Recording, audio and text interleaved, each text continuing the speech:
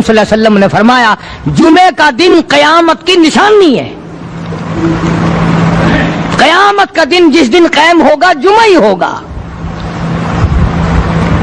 آج جمعہ تفریح کا دن ہے، آج جمعہ جوے کا دن ہے، آج جمعہ شراب پینے کا دن ہے، آج جمعہ کھیل تماشا بے حیائی بدماشی کا دن لوگوں نے بنا لیا ہے.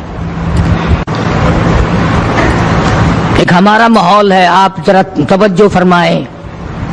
جمعے کے دن فلموں میں رش ہے، جمعے کے دن سینما کے ٹکٹ کا رش ہے، جمعے کے دن VCR بہت زیادہ چلتے ہیں، جمعے کے دن ٹیلی ویژن پہ بڑا رش ہوتا ہے، جمعے کے دن بدماشی ہے، جوا ہے، بے حیائی، زیادہ سے زیادہ بے حیائی جمعے کے دن ہوتی ہے. حالانکہ حضور کریم صلی اللہ علیہ وسلم نے فرمایا جمعے کے دن ایک گھڑی ایسی آتی ہے جو مانگو وہی ملتا ہے. جس حال میں کوئی مشغول ہوگا وہی اس کی زندگی کا مستقل ذریعہ بن جائے گا. کون سمجھائے تمہیں؟ کس کے اندر طاقت اور جرت ہے کہ قوم کے دھارا پھیر سکے اور قوم کے رخ کو پھیر سکے؟ کون پھیر سکتا ہے؟ اس لیے قرآن کریم نے بار بار للکارا اور فرمایا افلم یہد لہم کم اہلکنا قبلہم من القرون. اکڑنے والوں، بدماشی کرنے والوں، بغیرت کمیڑوں، باداؤ، جب میرا قہر جوش میں آئے گا پھر ایک دو کو نہیں، پھر بستی کی بستی، ملک کے ملک اجاڑ کے رکھ دوں گا. افلم یہد لہم کم اہلکنا قبلہم من القرون.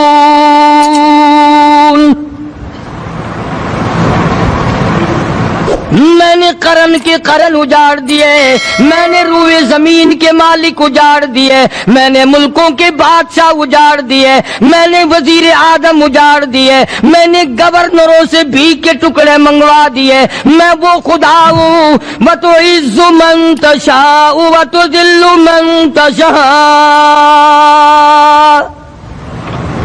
بِيَدِكَ الْخَيْرُ إِنَّكَ عَلَى كُلِّ شَيْءٍ قَدِيرٌ.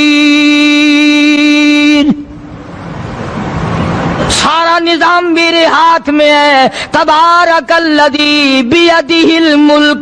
برکتیں میرے پاس ہے، رحمتیں میرے پاس ہے، خیر میرے پاس ہے، بھلائی میرے پاس ہے، سلامتی کے خزانے میرے پاس ہے، امن کے خزانے میرے پاس ہے. وہو علی بیدہ الملک. ملک میں راج میرا. وہو علی کل شیء قدیر. ذرے ذرے پہ قبضہ میرا، پتے پتے پہ قبضہ میرا، پہاڑ کی ایک ایک کنکر پہ قبضہ میرا، سمندر کے قطرے قطرے پہ قبضہ میرا. تو ہوتا کون ہے اکڑ کرنے والا؟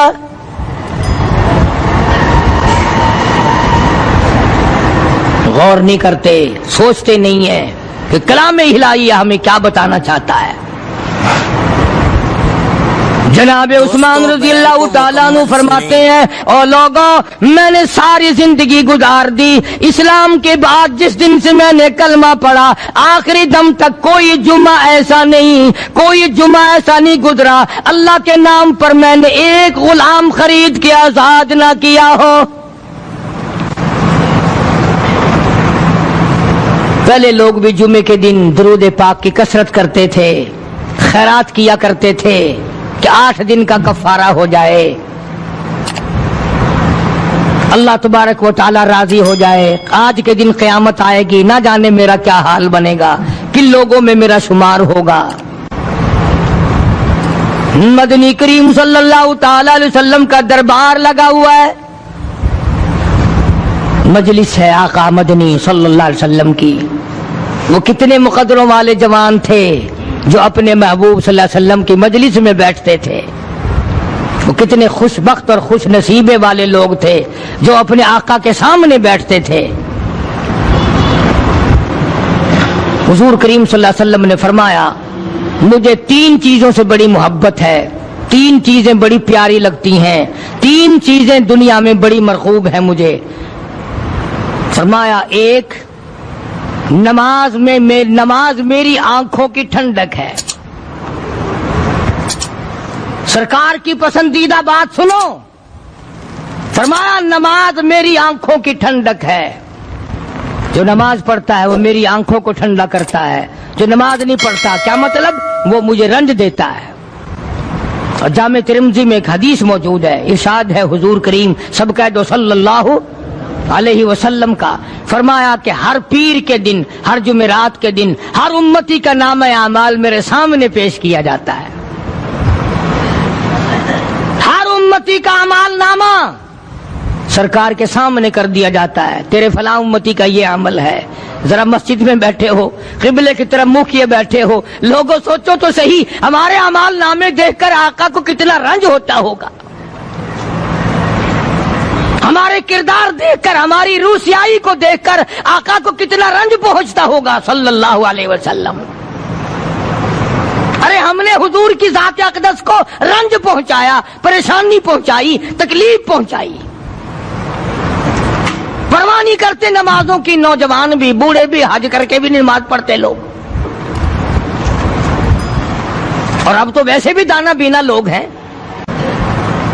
تو آپ نے ارشاد فرمایا کہ میری آنکھوں کی ٹھنڈک نماز میں ہے، تین چیزیں مجھے پیاری ہیں پوری دنیا میں، تین چیزیں پسندیدہ ہیں میری۔ سب سے پہلی فرمایا نماز میری آنکھوں کی ٹھنڈک ہے، قرۃ عینی فی الصلاۃ او کما قال النبی صلی اللہ علیہ وسلم، فرمایا جس آدمی، جس امتی کا یہ دل کرے کہ میں نبی کی آنکھ ٹھنڈی ہو، اسے چاہیے کہ نماز پابندی سے پڑھے۔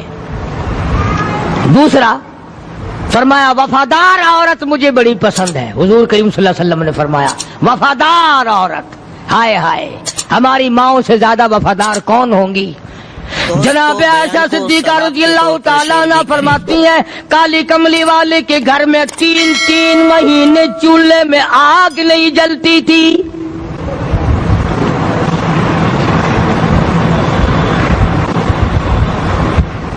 دوسروں کے واسطے ہے سیم و زر و گوہر، اور اپنا یہ حال ہے کہ چولہا ہے بجھا ہوا۔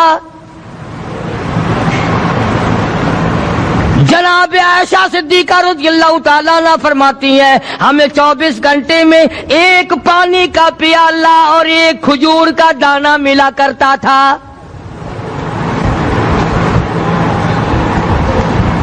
کبھی اپنی ماہوں کی خوراک تو دیکھو، خرچہ تو دیکھو، اور اگلی بات سنو تو حیران ہو جاؤ۔ جناب عائشہ صدیقہ رضی اللہ تعالیٰ عنہ فرماتی ہیں اس پیالے اور کھجور کی قدر بھی تب ہوئی جب وہ بھی نہ ملی۔ پیسوں کو برباد کرنے والوں، بے قدری کرنے والوں، ذرا سوچو تو صحیح کہ کیا گھر ہے محمد عربی سب کہہ دو صلی اللہ علیہ وسلم کا۔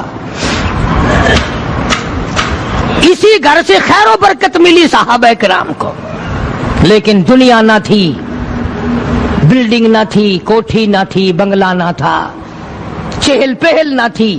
اچھا ایک بات اور آج یاد کر کے لے جاؤ، یہ تو مجبوری ہوئی نا، یہ تو ایک مجبوری ہوئی، پریشانی ہوئی، محتاجی ہوئی کہ پانی کا ایک پیالہ اور ایک کھجور کا دانہ ملتا تھا۔ اور اگلی بات سنو تو حیران ہو جاؤ، مجبوری اور چیز ہے، اختیار سے کرنا اور چیز ہے۔ جناب فاروق اعظم رضی اللہ تعالیٰ عنہ کی حکومت ہے، عائشہ صدیقہ رضی اللہ تعالیٰ عنہ کا سال کا خرچہ 12,000 روپیہ بوری میں بھر کر حضرت عمر نے حضرت عائشہ کے گھر پہنچا دیا، لو تمہارا یہ سال کا خرچہ آ گیا۔ سال کا خرچہ حضرت عمر رضی اللہ تعالیٰ عنہ نے جناب عائشہ صدیقہ رضی اللہ تعالیٰ عنہ کے پاس بھیجا۔ اتنا بڑا بورا بھر کر آیا۔ اللہ غنی، بجائے خوش ہونے کے، بجائے مچلنے کے، بجائے فخر کرنے کے، اپنی خادمہ سے فرمانے لگی، حضرت عائشہ خادمہ سے فرمانے لگی میں نے تو اپنے محبوب صلی اللہ علیہ وسلم کے پیٹ پہ پتھر دیکھے میں نے تو کالی کملی والے کو فاقے کرتے دیکھا. خادمہ سے فرمانے لگی اس بوری کے اور میرے درمیان میں کپڑا لٹکا دے, میری آنکھ دیکھنا گوارا نہیں کرتی, میری آنکھ دیکھنا بھی گوارا نہیں کرتی. اس نے کپڑا لٹکا دیا. اس کے بعد خادمہ سے فرمانے لگی مدینے میں اعلان کراؤ جس کو خیرات چاہیے وہ عائشہ کے دروازے سے آ کے لے جائے رضی اللہ تعالیٰ عنہا. سارے مدینے میں اعلان ہوگا خیرات لینے والے آ جاؤ. شیئر ضرور کریں. ایک اور بات تھی اس وقت میں, ضرورت مند جاتا تھا, یہ نہیں کہ ٹیبک میں ہزاروں روپیہ پڑا ہوا پھر بھی مانگ کے کھانا ہے, جیب میں ہزاروں روپیہ پھر بھی مانگنا ہے, پلے سے نہیں کھانا. کہ جتنے بھیک مانگے ہیں نا بھیک مانگنے والے, 1 کروڑ روپیہ دے دو انشاءاللہ شام کو پھر بھی مانگے گا. اس کے مقدر میں بھیک مانگنا ہے. اسے فرمانے لگی کچھ نہیں ہے. وہ خادمہ کہنے لگی کچھ نہیں ہے. اب وہ خادمہ کہنے لگی کہ اگر 1 ٹکے کا گوشت منگوا لیتی تو تم بھی اپنا روزہ کھول لیتی گوشت سے, میں بھی کھا لیتی. کیا جواب دیا اما عائشہ صدیقہ رضی اللہ تعالیٰ عنہا نے؟ فرمانے لگی اب تانا دینے سے کیا فائدہ, تو نے اس وقت یاد کیوں نہیں دلایا؟ اس لیے میں نے یہ واقعہ سنا دیا کہ پہلی بار سن کر کے تو آپ لوگوں کے دل میں بھی یہ بات آئی ہے نا کہ جی مجبوری ہے, چوری تو وہ کرنے سے رہی بیچاری, پریشانی جو ہوئی, غربت جو ہوئی, تنگی جو ہوئی, چلو پانی کا پیالے پہ گزر کیا. اور نہیں, یہ حضرات اختیاری بھی فاقہ کرتے تھے. اب 12,000 آیا اور افطار کرنے کے لیے چھچوا رہے, کھجور بھی نہیں. اور ہم تو خدا جانے کب کب تک کا انتظام سوچتے ہیں, پوتے پوتیوں تک کا انتظام جب تک نہ کر لیں اور اولاد در اولاد تک کا انتظام نہ کر دیں اس وقت تک ہماری تسلی تو ہوتی نہیں.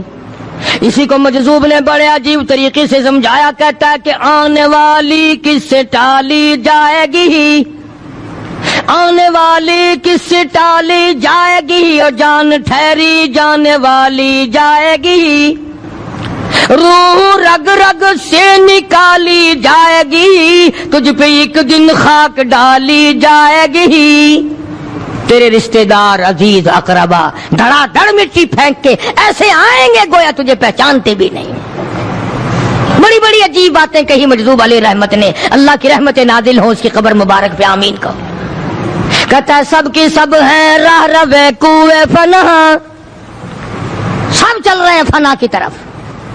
اب یہ جو ہم لوگ بیٹھے ہیں نا خوش ہو رہے ہیں, میری 50 سال عمر ہو گئی, میری 60 سال عمر ہو گئی, میری 40 سال عمر ہو گئی, میری 30 سال کم عمر ہو گئی. اور اصل بات ہمارے دماغ میں, اپنے آپ کو آخرت کے لیے جس قدر ممکن ہو سکے تیاری کریں. آج کل بڑی رات ہے, سویرے اٹھو, کم سے کم صبح و شام ہر آدمی 1 تسبیح درود شریف کی, 1 تسبیح استغفار کی, اور 1 تسبیح تیسرے کلمے کی. یہ تو کم سے کم ہو ہی جائے. بکواس کرتے سو جاتے ہیں, بکواس کرتے اٹھ جاتے ہیں, بلا ہے کوئی زندگی کا معاملہ؟ اللہ سے معافی مانگتا سو جا اور معافی مانگتا اٹھ جا, خدا کی قسم اللہ کا دریائے کرم جوش میں آئے گا. تو یہ ساری چیزیں میں نے اس لیے عرض کی تو وقت پورا کرنے والا حساب نہیں کہ نہ جانے کس کو توبہ کی توفیق ہو جائے. کم سے کم ان 3 تسبیحوں کو ہر مرد عورت لازمی پکڑ لے. 1 تسبیح درود شریف کی, 1 تسبیح سبحان اللہ والحمدللہ ولا الہ الا اللہ واللہ اکبر ولا حول ولا قوۃ الا باللہ العلی العظیم, اور 1 تسبیح استغفر اللہ الذی لا الہ الا هو الحی القیوم واتوب الیہ یا استغفر اللہ ربی من کل ذنب واتوب الیہ, اور 1 تسبیح درود شریف کی اللہم صلی علی سیدنا مولانا محمد وعلی آل سیدنا مولانا محمد مبارک وسلم وصلی علیہ. جب 1 مرتبہ درود بندہ پڑھے گا 10 بار اللہ کی رحمت آئے گی, 10 گناہ معاف ہوں گے, 10 درجے بلند ہوں گے, 10 خطائیں معاف کر دی جائیں گی. تو کتنا بڑا اجر ہے. خصوصاً بوڑھوں کو چاہیے کہ وہ گپوں میں اپنا وقت خراب نہ کریں. خدا کی قسم قبر میں جانے کے بعد تجھے 1 سانس کی مہلت نہ ملے. پر مجھے اس بات کا افسوس ہے کہ آپ لوگ پورا مضمون سننے کی کوشش نہیں کرتے, بلکہ بعض لوگ بالکل اخیر میں سر سے, ایک ہے جمعے کی فضیلت حاصل کرنا, ایک ہے جمعہ پڑھنا, ایک ہے سیرو لہاونا, اس میں بڑا فرق ہے. 1 ایک ہے سر سے اتارنا, 1 ہے جمعہ پڑھنا, 1 ہے سیرو لہاونا. 1 ہے سر سے اتارنا, 1 ہے جمعہ پڑھنا, 1 ہے سیرو لہاونا. 1 ہے سر سے اتارنا, 1 ہے جمعہ پڑھنا, 1 ہے سیرو لہاونا. ایک ہے سر سے اتارنا. اور ایک ہے اس کی فضیلت کا حاصل کرنا. حدیث پاک میں آتا ہے کہ جمعے کے دن فرشتے دروازے پہ کھڑے ہو کر کے حاضری لگاتے ہیں. ہاں اللہ صاحب مل کی ٹیکسٹائل مل کی حاضری کا تو پتا ہے, مسجد کی حاضری کا کوئی پتا نہیں. اگر دیر ہو جائے تو وہ گیٹ کیپر واپسی کر سکتا ہے, اگر دیر میں آیا تو یہ فرشتہ نہیں کہتا, وہ لانتی ہوا پیچھے سے.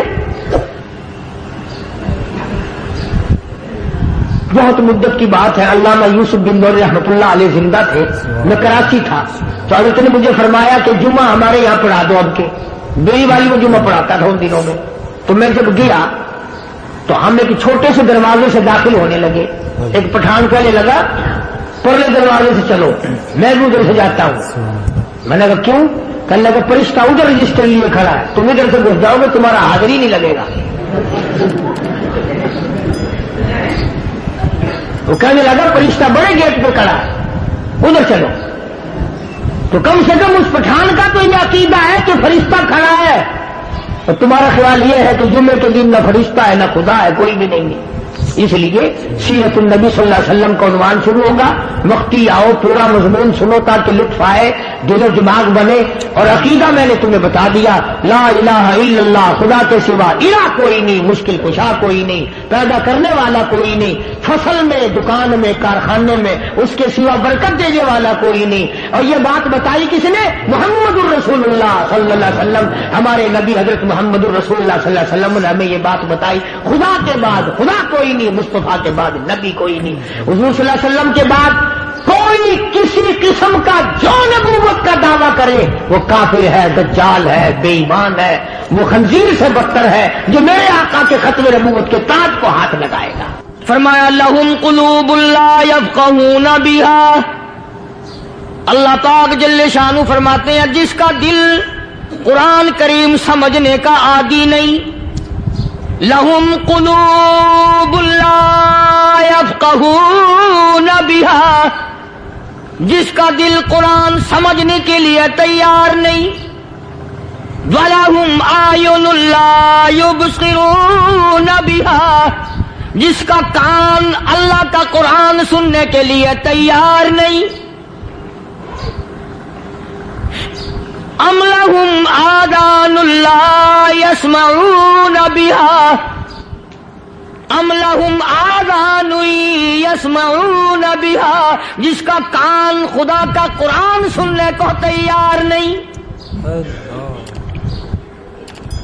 خدائی فیصلہ سنو, اللہ کے قرآن کا فیصلہ سنو, اللہ کے کلام کا فیصلہ سنو. جس کا کان میرا کلام سننے کے لیے تیار نہیں, جس کو میرا قرآن سن کے مزہ نہیں آتا, جس کو میرا کلام سن کے حلاوت نہیں آتی, جس کو میرا کلام سن کے لذت نہیں آتی, جس کی روح تازی نہیں ہوتی, جس کو لطف نہیں آتا, جس کو کیف نہیں آتا, جس کو سرور نہیں آتا, جو میرا قرآن سننے کو تیار نہیں, جو میرا قرآن آنکھوں سے دیکھنے کو تیار نہیں, جو میرا قرآن سننے سمجھنے کے لیے تیار نہیں. آؤ پھر خدائی فیصلہ سنو. فرمایا اولئک کالانعام,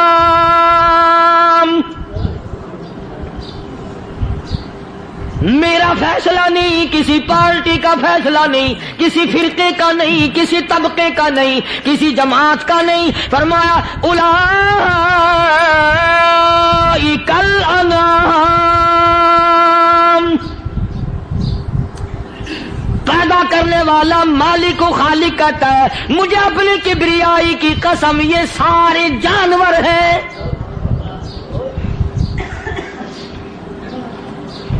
یہ سارے کے سارے جانور ہیں, یہ درندے ہیں جو ایک دوسرے کو چیر پاڑ کر کھاتے ہیں, یہ درندے ہیں جو ایک دوسرے کا خون پیتے ہیں. فرمایا بل ہم اضل, جانوروں سے بھی بدتر.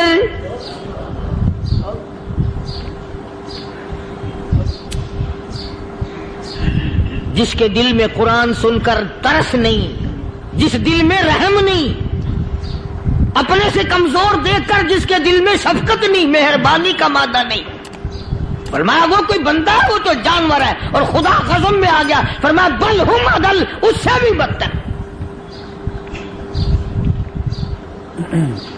اللہ والے جو ہیں وہ ان خصلتوں کو دور کراتے ہیں اور وہ آدمی کے مزاج اور دل میں سے ایسی چیزیں نکالتے ہیں جو اس کی بربادی کا ذریعہ بنتا ہے.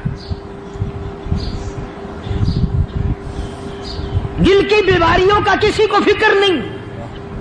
بخار ہو جائے آپ چڑھ جائے آپ کو پتہ چل جاتا ہے, نزلہ ہو جائے آپ کو پتہ چل جاتا ہے, کھانسی ہو جائے پتہ چل جاتا ہے. دل کی بیماریوں کا کیا پتہ چلے؟ صحابہ اکرام رضوان اللہ تعالی علیہم اجمعین کی جماعت کے اللہ پاک کے محبوب حضرت محمد الرسول اللہ صلی اللہ تعالی علیہ وسلم نے دلوں کی صفائی کی.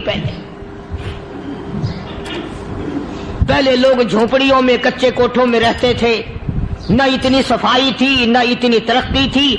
آج برتنوں کی صفائی دیکھو, کپڑوں کی صفائی دیکھو, مکان کی صفائی دیکھو, رات دن بس اسی دھندے میں لگے ہوئے. سارا دن برتن دھونے سے فرصت نہیں, سارا دن کپڑوں کے بناؤ اور سنوار میں فرصت نہیں. تو اللہ والے ایسے موقع پر بڑی عجیب بات کہتے ہیں. وہی مجذوب ہے, مجذوب علی رحمت کہتے ہیں بظاہر تو ہر شے میں بے حد صفائی, بظاہر تو ہر شے میں بے حد صفائی, مگر دل میں ہے گندگی انتہائی.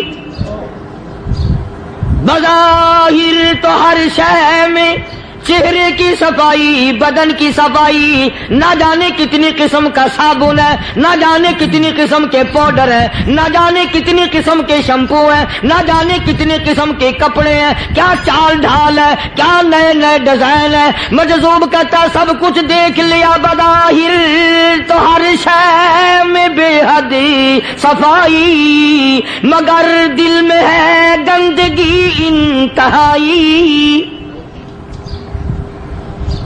جس یار کی بیٹھک میں بیٹھ کے کھانا کھایا, جس رشتہ دار کی بیٹھک میں بیٹھ کے کھانا کھایا, اسی کی بہن کو دیکھ کر آبرو پہ ڈاکہ ڈالنے کا پروگرام ہے.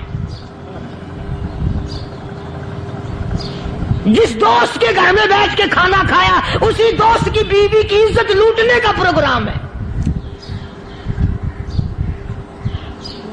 پرانے زمانے میں اب بھی دلی جیسے شہر میں اگر دعوت کی جاتی ہے تو وہاں ایک تشتری میں نمک آتا ہے سب سے پہلے. عرب میں بھی دستور تھا پرانے زمانے میں, اگر کوئی دعوت کرتا, کوئی تقریب کرتا, سب سے پہلے نمک آتا تھا. ایک ایک انگلی ہر شخص نمک چاٹتا تھا. کیا مطلب؟ جس نے نمک چاٹ لیا اب وہ نمک حرامی نہیں بنے گا. اس گھر میں چوری کرنا, اس گھر کی آبرو کا غلط تصور لانا, اس گھر کے مال میں خیانت کرنا وہ حرام سمجھتا تھا جس گھر کا میں نے نمک چکھ لیا. اور مسلمانوں کی بات نہیں, ہندوؤں کی بھی یہ باتیں تھی. مولانا محمد علی صاحب جلندری سب قید رحمت اللہ علیہ فرمایا کرتے تھے کہ ایک سکھ تھا بہت بڑا ڈاکو, مسلمان اور ہندو مل کر اس کو ساتھ ملا کر کے لے گئے کہ یہاں اس گاؤں میں اس پنڈ میں ڈاکہ ڈالیں. سفر کر کے گئے, تکلیف اٹھا کے گئے. اس سکھ ڈاکو نے پوچھ لیا کہ یہ کون سا گاؤں ہے کہ یہ فلانا ہے. اچھا سارے کے سارے یہ تلاش کرو, یہ سوچ بچار کرو, اپنے پنڈ کی, اپنے علاقے کی, کسی مسلمان کی, کسی ہندو کی, کسی سکھ کی, کسی چوڑے چمار کی اس گاؤں میں لڑکی تو نہیں. ہمارے یہاں سے کوئی لڑکی تو شادی ہو کے یہاں نہیں آئی ہوئی. ان ساروں میں سے کہنے لگا کہ ہمارے بھنگی کی لڑکی جمعدار کی یہاں آئی ہوئی ہے. کہنے لگا واپس چلو, بیٹی بیٹی ہے چاہے بھنگی کی ہو یا نواب کی ہو. ارے کل بیٹی کا ڈولا دیا تھا, آج ڈاکہ ڈال لیں گے, شرم نہیں آئے گی؟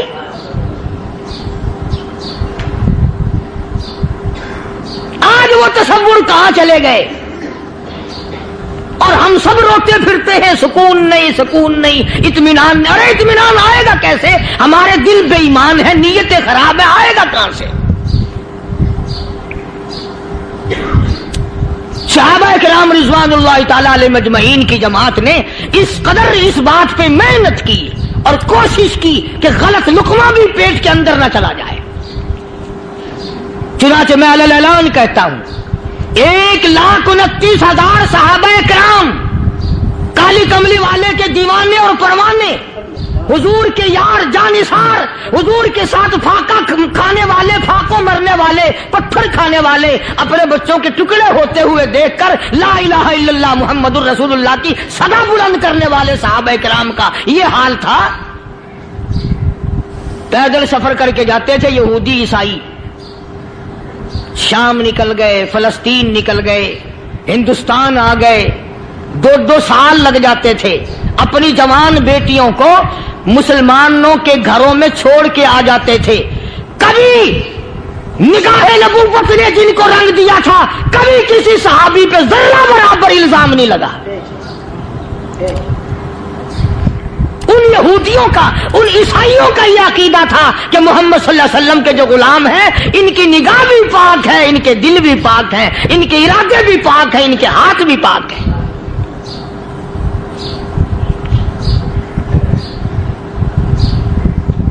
مصر کے گورنر نے, مصر کے جنرل کرنل نے خط لکھا سیدنا فاروق اعظم رضی اللہ تعالی عنہ کی خدمت میں. دور خلافت ہے حضرت فاروق اعظم کا. کیا خط لکھا کہ حضور مجھے کافی وقت گزر گیا ہے اور فلاں علاقے میں آپ کے حکم سے ہم نے جانا ہے اور راستہ صرف ایک ہے اور اس راستے میں جال بچھا دیا گیا. اب مجھے مشورہ دیں میں کیا کروں, حکم دیں مجھے. جال کیا بچھا دیا گیا کہ ہمیں پتا چل گیا ہے عیسائیوں نے پروگرام بنایا, سینکڑوں لڑکیاں تلاش کر کر کے بڑی خوبصورت حسینہ اکٹھی کی ہیں, ان کو گانے بجانے کی ٹریننگ دی ہے, ان کو اچھی اچھی آوازوں والی لڑکیاں ڈھونڈ کے لائے ہیں اور انہوں نے یہ پروگرام بنایا کہ جب مسلمانوں کی فوج اس گلی سے گزرے گی ان کوٹھوں کے اوپر چڑھ کے گانا بجانا کریں گے تاکہ ان کے دل میں بدماشی آئے اور ان کا بیڑا غرق ہو.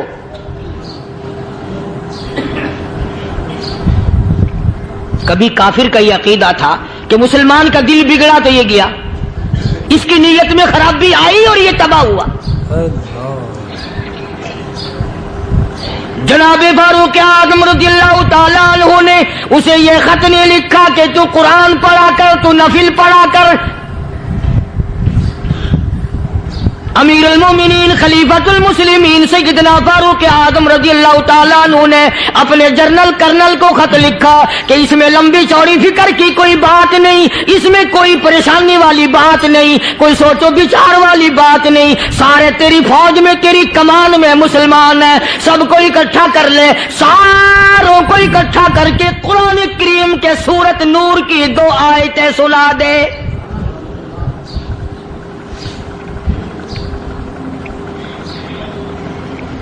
یہ بھی نہیں فرمایا کہ سزا سناؤ, اتنے کوڑے لگیں گے, جو خلاف کرے گا یوں قید ہوگی, یہ کورٹ مارشل کر دیا جائے گا, کچھ نہیں. جناب فاروق اعظم رضی اللہ تعالیٰ عنہ کی رائے دیکھو, ان کے خیال میں قرآن کریم میں اتنی بڑی طاقت ہے, اتنی بڑی عظمت ہے, اتنی بڑی کرامت ہے, کلام الہی میں اتنا بڑا شرف ہے. اعلان کر دیا, فرمایا اپنے کرنل کو ساری فوج کو, لشکر کو اکٹھا کر کے قرآن کریم کی فلاں فلاں آیت سنا دے.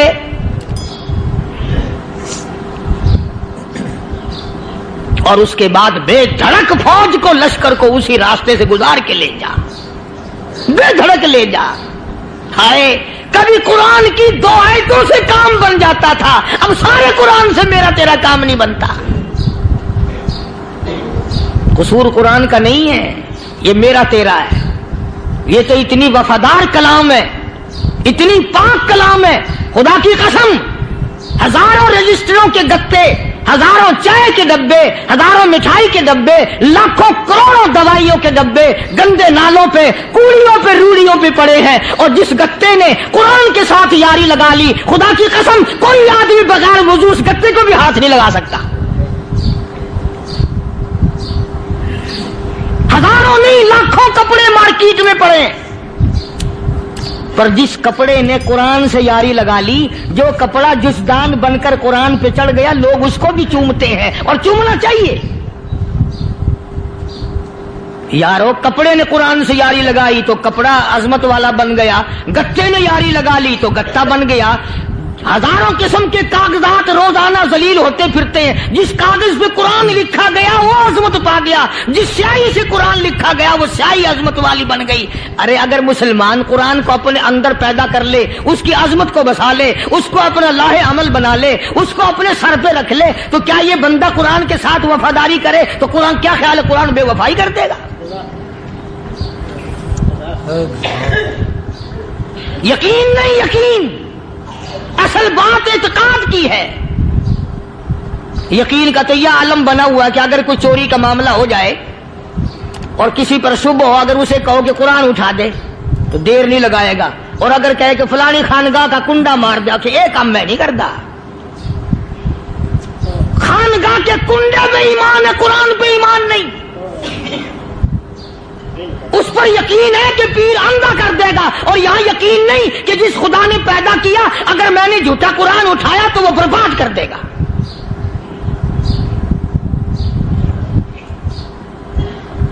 عجیب عجیب لوگ ہیں.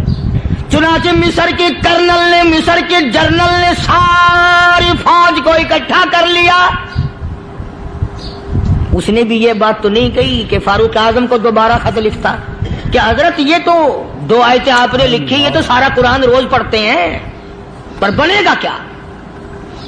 جیسے فاروق اعظم کا یقین تھا, فاروق اعظم کی فوج کے کرنل کا بھی یقین ہے, فاروق اعظم کے فوج کے جنرل کا بھی یقین ہے. اس نے ساری فوج کو اکٹھا کیا, لشکر کو جمع کیا, اور اس کے بعد کہنے لگا قل للمؤمنین یغضوا من ابصارکم ویحفظوا فروجہم ذالک ازکی لہم ان اللہ خبیر بما یصنعون. او لوگوں, خدا تمہیں کہتا ہے اپنی آنکھوں کی حفاظت کرو. اگر تمہاری نظریں غلط جگہ پڑی, اپنی عزت کی حفاظت کرو, اپنی آبرو کی حفاظت کرو. اگر غلط نظریں پڑی, غلط استعمال ہوئی, ان اللہ خبیر بما یصنعون.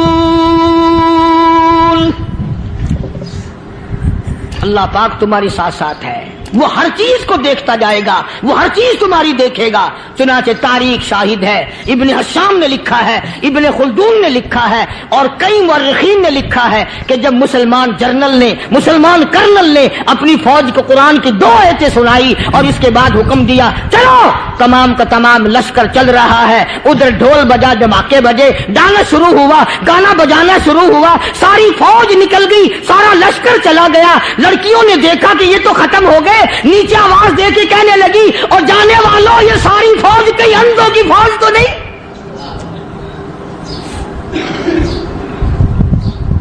یہ حسن کا نظارہ اور یہ ڈانس اور یہ آواز, ہم ناچ ناچ کے تھک گئی, کوئی سر نہیں اٹھاتا.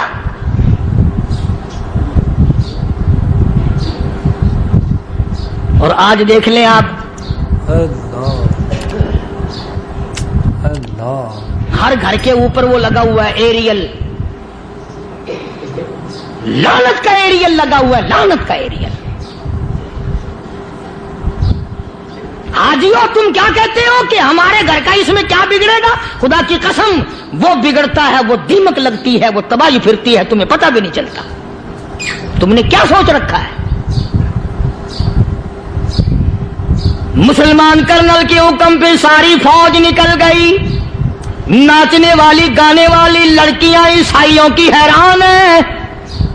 کیا ہوا؟ لاکھوں کی تعداد میں فوج گزر گئی, کوئی نگاہ اٹھا کے نہیں دیکھتا. ایک مسلمان سپاہی گزرتا گزرتا نیچی نظریں کیے کیے کہنے لگا سر کیسے اٹھائے, نگاہ کیسے کوئی اٹھائے گا؟ یہ سارے کے سارے اللہ کا قرآن سن کر آئے ہیں.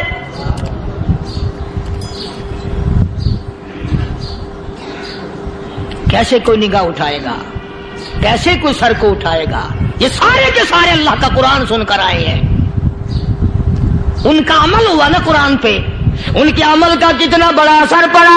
مورخین نے لکھا, ابن حشام لکھتا ہے, عیسائی لڑکیوں نے چھلانگے لگا دی, کوٹھی سے نیچے آ گئی, کہنے لگی عام مسلمانوں وہ قرآن ہمیں بھی سنا کے جاؤ جس میں اتنی اسپرٹ ہے, اتنی طاقت ہے, جو حسن کے نظارے سے روک دے, جو گانے بجانے سے روک دے. یہ تو آدمی کے دل کا سکون ہے. نہ گانا سنتے ہو نہ حسن کا نظارہ کرتے ہو. جاتے والے یوں نہ جاؤ, ہمیں بھی وہ قرآن سنا کے جاؤ.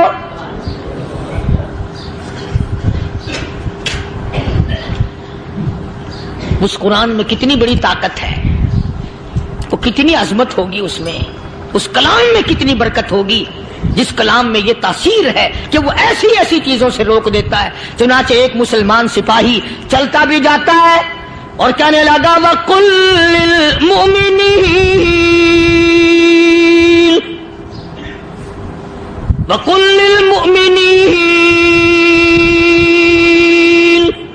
قرآن کی آیت پڑھ کے سنائی. سینکڑوں نہیں بے شمار لڑکیاں ایک مسلمان کی زبان سے اللہ کا قرآن سن کے کہنے لگی, اور جانے والوں چھوڑ کے نہ جاؤ, ہمیں بھی کلمہ پڑھاؤ.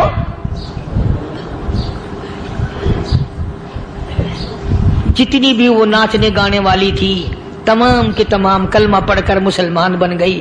اور مورخین نے لکھا ہے آخری دم تک قرآن کی شیدائی اور دیوانی بن کے گزری ہے. پھر وہ لڑکیاں جو رات دن حسن و جمال کا پیکر بنی رہتی تھی, علماء نے لکھا ہے جب موت آئی ایک ایک کے بدن میں کپڑے لباس میں موت آئی تو 50-50 ٹاکی لگی ہوئی تھی.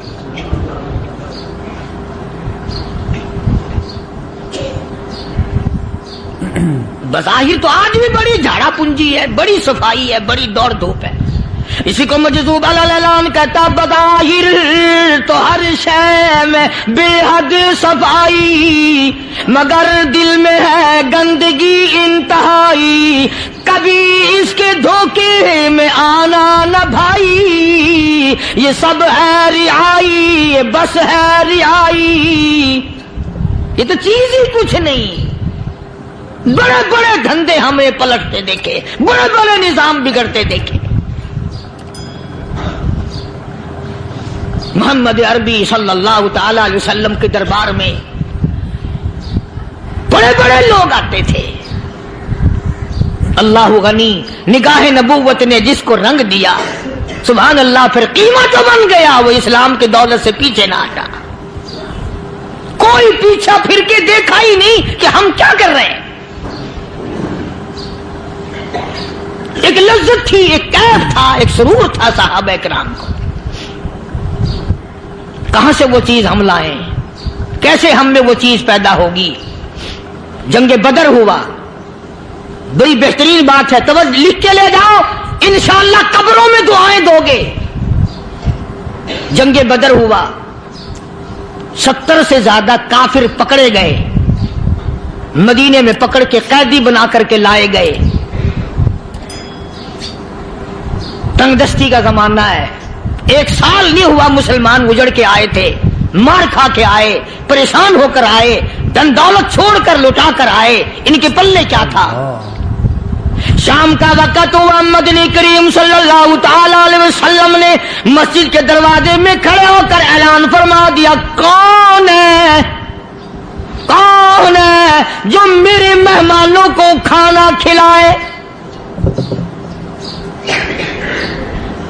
اور وہ مہمان کوئی شہنشاہ نہیں تھے, ہیں بھی کافر, ہیں بھی اسلام کے دشمن, آئے بھی صحابہ کرام کو مارنے, میدان جنگ سے پکڑ کے لائے گئے, جنگی قیدی ہیں. اس نبی کی طرف کبھی منہ کیا کر جس نبی کا تو غلام ہے, امتی بنا پھرتا ہے. فرمایا کون ہے جو میرے مہمانوں کو کھانا کھلائے.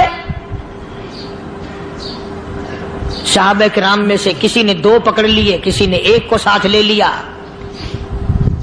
ایک بنادار سا غریب سا صحابی ہے, اس نے ساتھ لے لیا ایک مہمان اور گھر لے کے گیا. بیوی کو کہنے لگا کہ کھانا کتنا ہے, کہ بس 1 آدمی جوگا ہے, 1 آدمی کی کافی ہوگا.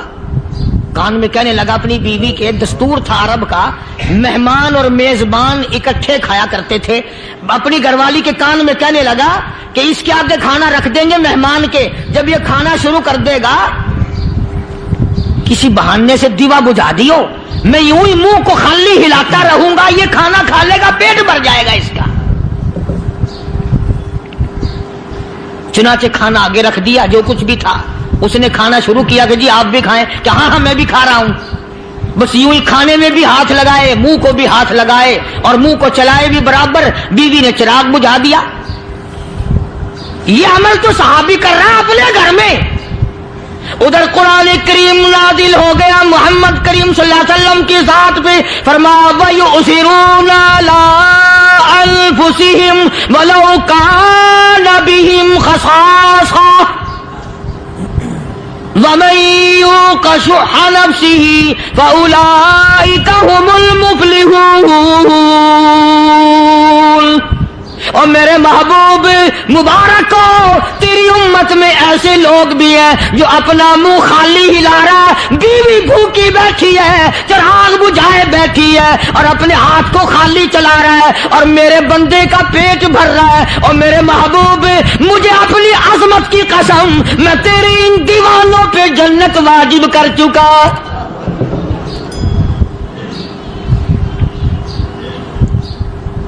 اب حضور صلی اللہ علیہ وسلم نے تو ان کو نہیں سکھایا تھا کہ تو جا کے ایسا کرنا، قدرتی مزاج ایسا بنا دیا تھا۔ ایک اور موقع آیا مدینے پاک میں، جنگی قیدی اور جگہ سے اسی طرح سے آئے، ایک صحابی ایک اور آدمی کو، جنگی قیدی کو کافر میں گھر لے گیا۔ بیوی کہنے لگی کہ ایک ہی آدمی کا کھانا ہے بس، انہوں نے کہا اس کو دے دو۔ وہ کافر جنگی قیدی کہنے لگا جی آپ بھی کھائیں، کہنے لگا بھی بات ہے صاف، ایک آدمی کا کھانا ہے، تو کھانا کھا، میں درخت کے پتے چبا لیتا ہوں۔ وہ کہنے لگا میں کھاؤں گا پتے، انہوں نے کہا تو رئیس آدمی ہے مکے کا، میں پرانا غریب ہوں، مجھے پتے چبانے کی عادت ہے، تیرے پیٹ میں درد نہ ہو جائے، میں عادی ہوں پتے چبانے کا۔ اس نے پتے چبا لیے، کافر مسافر اور مہمان جو تھا جنگی قیدی اس کو کھانا کھلا دیا۔ دوسرے دن پھر ایسی نوبت آئی، اس نے کہا آپ بھی میرے ساتھ کھانا کھائیں گے؟ کہ نہیں بھائی تو کھا، میں پتے چبانے کا عادی ہوں۔ 2 دن تو اس کافر نے کھانا کھا لیا، اور جب تیسرے دن اس کے آگے کھانا آیا، انہوں نے کہا بھائی تو ہی کھا، بس اتنا ہی کھانا ہے، میں تو میاں بیوی ہم تو پتے چبا لیں گے۔ اور کہنے لگا مدینے والوں تم خود پتے چباتے ہو، دشمنوں کو کھانا کھلاتے ہو، آج میری بھی ایک شرط ہے، پہلے کلمہ پڑھا پھر کھانا کھلا۔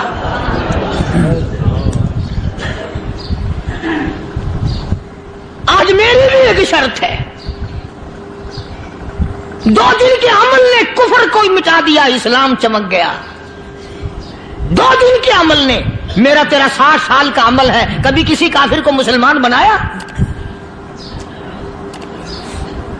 الٹے ہی کام، ہر غلط، ہر معاملہ الٹا ہی ہے، ہر آدمی بیزار ہوتا ہے، یار دین تو کچھ نہیں، یار اسلام کچھ نہیں، یارو ایمان کچھ نہیں۔ اسی کو قرآن کریم نے للکار کے آواز دے کے فرما دیا لوگوں ایسی گڑبڑ نہ کرو ورنہ میں وہ خدا ہوں فَأَخَذَتْكُمُ الصَّاعِقَةُ وَأَنْتُمْ تَنظُرُونَ۔ جبریل امین نے ایک چیخ ماری، ساری قوم کے جگر پھٹ گئے، میں وہ خدا ہوں لا تركضوا وارجعوا إلى ما أترفتم فيه ومساكنكم لعلكم تسألون۔ لوگ مکان چھوڑ کے بھاگتے ہیں، ماحول چھوڑ کر بھاگتے ہیں، معاشرہ چھوڑ کر کے بھاگتے ہیں، خدا کہتا آؤ جن مکانوں پہ تمہیں ناز تھا وہ یہ کھڑے بھاگ کر رہے۔ اسی کو قرآن کریم کہتا ہے ان الذین قالوا ربنا اللہ ثم استقاموا وہ آدمی جس نے لا الہ الا اللہ محمد الرسول اللہ صلی اللہ علیہ وسلم پڑھا، اللہ کی توحید کا اقرار کر لیا، او میرے مالک تیرے سوا میرا کوئی مشکل کشا نہیں، حاجت روا نہیں، میرے دل کے بھید کو جاننے والا نہیں، میری بگڑی بنانے والا کوئی نہیں، اجڑوں کو بسانے والا کوئی نہیں، کھیتی کو آباد کرنے والا کوئی نہیں، ایک دانے سے سینکڑوں دانے بنانے والا تیرے سوا کوئی نہیں۔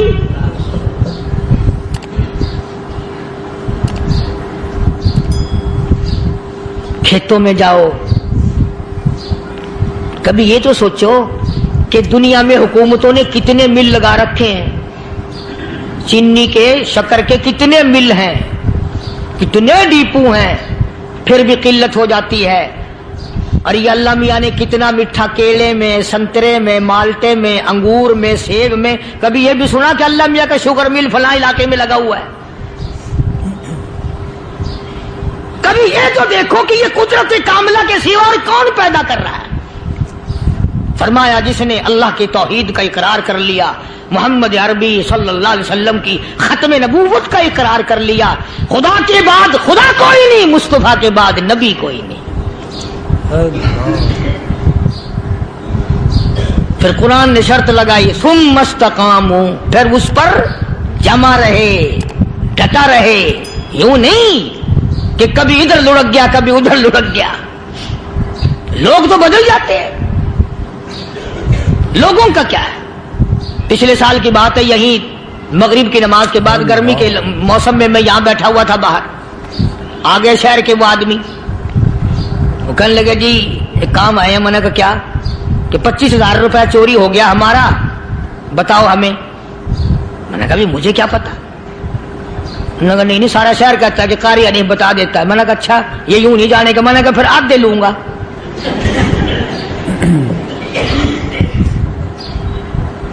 25,000 گم ہوئے ہیں نا، 12.5 میرے 12.5 تمہارے۔ کہنے ہیں دیکھو نا جی بال بچے چھوٹے چھوٹے غریب بچے ہیں جن کے وہ پیسے ہیں۔ میں نے کہا اچھا میں بادشاہ لگا ہوا ہوں؟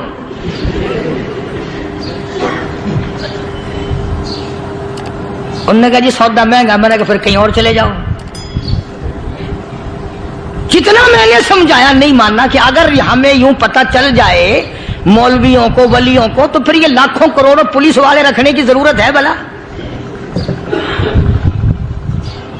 اتنی بڑی فوج کا رکھ کر کیا کریں گے ہم؟ اربوں روپیہ فوج کا خرچہ ہے، دو ولی، ایک ولی کو اس بارڈر پہ بٹھا دیں گے، ایک ولی کو اس بارڈر پہ بٹھا دیں گے، پھر ہم بڑھانا دیں گے اولیاء کرام رجمت۔ ذہنیت مری گئی، سمجھ نہیں پاتے، دین کے قریب نہیں آتے لوگ، سمجھتے نہیں۔ فرمایا ثم استقاموا تتنزل علیہم الملائکۃ الا تخافوا ولا تحزنوا وابشروا بالجنہ التی کنتم توعدون۔ قرآن کہتا ادھر ولی کی موت آتی ہے، ایسا آدمی جو اپنے کلمے پہ جمع رہے، شرک و بدعت کی لعنت سے بچے، کفر و نفاق سے بچے۔ ادھر موت آتی ہے، ادھر فرشتے کہتے ہیں گھبرانا، غم نہ کر، بہشت کے دروازے تیرے لیے سارے کھلے ہوئے۔ اللہ وَلَكُمْ فِيهَا مَا تَشْتَهِي أَنفُسُكُمْ وَلَكُمْ فِيهَا مَا تَدَّعُونَ۔ فرمایا ہم تمہاری ہر اس تمنا کو پورا کریں گے، ہر اس آرزو کو پورا کریں گے، جو مانگو گے وہی ملے گا، جو کہو گے وہی دیا جائے گا۔ نحن اولیاؤکم فی الحیات الدنیا وفی الآخرہ، ہم دنیا میں بھی تمہارے کارساز ہیں، ہم آخرت میں بھی تمہارے کارساز ہیں، ہم دنیا میں بھی تمہارے دوست ہیں، آخرت میں بھی تمہارے دوست ہیں، اور خدا کے یہاں وہ انعام ملے گا۔ اللہ غنی، رائی کے دانے کے برابر نیکی کی ہوگی، جب پڑھا پہاڑوں کے برابر ثواب ملے گا تو آدمی حیران ہوگا، یا اللہ تیرے جیسا بینک تو کسی کا بھی نہیں، رائی کا دانہ لے کر پہاڑ واپس کر دیا، مالک نے نجات کا ذریعہ بنا دیا۔ فرمایا نزلا من غفور رحیم، یہ مہمانی ہے پروردگار عالم کی طرف سے۔ قرآن اعلان کر کر کے کہتا وبالاسحار هم یستغفرون، اللہ پاک فرماتے ہیں میرے بندوں کی نشانی یہ ہے کہ وہ آخری رات میں بڑے ویلے سحری کے وقت اٹھ کر استغفار کرتے ہیں، اللہ کے حضور میں معافی مانگتے ہیں، روتے ہیں، عاجزی کرتے ہیں۔ کہتا کہ ایک تڑپ سی دل میں امنگتی ہے، ایک درد جگر میں ہوتا ہے، ایک تڑپ سی دل میں امنگتی ہے، ایک درد جگر میں ہوتا ہے، ہم رات کو رویا کرتے ہیں جب سارا عالم سوتا ہے۔ سب لوگ سوئے ہوئے ہوں اور اللہ کا دروازہ کھٹکھٹا، اندھیرے میں مالک کائنات کے سامنے جھولی پھیلا، اپنی بگڑی کا سوال کر، اپنی مشکلات اس مالک کے سامنے پیش کر جو سارے جہان کا خالق و مالک ہے۔ عقیدہ بھی بناؤ، اعمال بھی بدلو، مزاج بدلو، طبیعتوں میں انقلاب لاؤ، اور لوگوں ان گھروں کو مسلمانوں والے گھر بناؤ۔ تم برا مان کے جاؤ یا بھلا مان کے جاؤ، میں اپنے عقیدے کی بات کو چھپاتا نہیں۔ جس گھر میں کوئی مرد عورت قرآن کے کھولنے والا نہیں، میں اس گھر کو مسلمان کا گھر نہیں کہتا، وہ چوڑے اور کراڑ اور سکھ کا گھر ہے۔ تمہیں یہ سکھایا کس نے ہے کہ مرنے کے بعد قرآن پڑھا جاتا ہے اور ساری زندگی میں نہیں پڑھا جاتا؟ یہ قرآن مردوں کے لیے تھوڑی آیا، یہ زندوں کے لیے آیا ہے۔ حدیث پاک میں آتا ہے حضور کریم سب کہہ دو صلی اللہ علیہ وسلم نے فرمایا عیسیٰ علیہ الصلوۃ والسلام ایک قبرستان سے گزرے، گورستان سے گزرے تو ایک قبر کو دیکھا، وہ نبی ایسا تھا، اس کے معجزات ایسے تھے۔ قبر میں دیکھا تو ایک بڑھیا جل رہی ہے، سڑ رہی ہے، تباہ ہو رہی ہے، رو رہی ہے۔ تو عیسیٰ علیہ الصلوۃ والسلام پناہ پناہ کر کے وہاں سے گزر گئے۔ چند دنوں کے بعد جو اسی قبر کے پاس سے گزرے تو عیسیٰ علیہ السلام کو دھیان آیا کہ اس قبر میں ایک بڑھیا بڑی عذاب بھگت رہی تھی، مگر اس دن جو دیکھا وہ تو عیش میں بیٹھی ہے، تخت میں بیٹھی آرام کر رہی ہے۔ سیدنا عیسیٰ علیہ السلام نے اللہ پاک سے سوال کر دیا الہی مرنے کے بعد تو آدمی کوئی نیکی بھی نہیں کر سکتا، اس نے کیا کر لیا کہ اس کا سارا نظام بدل گیا؟ آواز آئی اے عیسیٰ لکھ کے لے جاؤ یہ بات، حضور کا فرمان ہے۔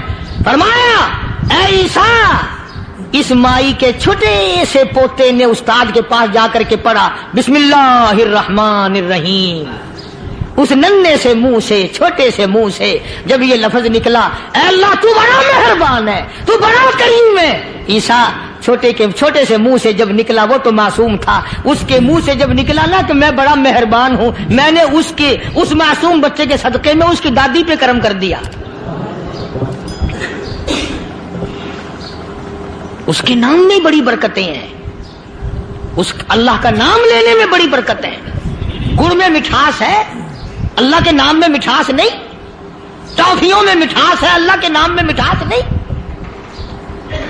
تم نے چکھ کے نہیں دیکھا، اگر تم چکھ لو خدا کی قسم دنیا کی کوئی چیز اچھی نہ لگے اللہ کے نام کے مقابلے میں۔ اللہ پاک مجھے اور آپ سب کو اپنا نام لینے کی توفیق عطا فرمائے، اپنے قرآن کی تلاوت کرنے کی توفیق عطا فرمائے، اور اپنا ذکر اور اپنا فکر اور اپنے شکر کی توفیق عطا فرمائے، اور اللہ پاک ہم سب کو یہ ہمت دے کہ مرتے دم تک ہم قرآن سے یاری کریں، قرآن سے وفاداری کریں۔ وآخر دعوانا ان الحمدللہ رب العالمین۔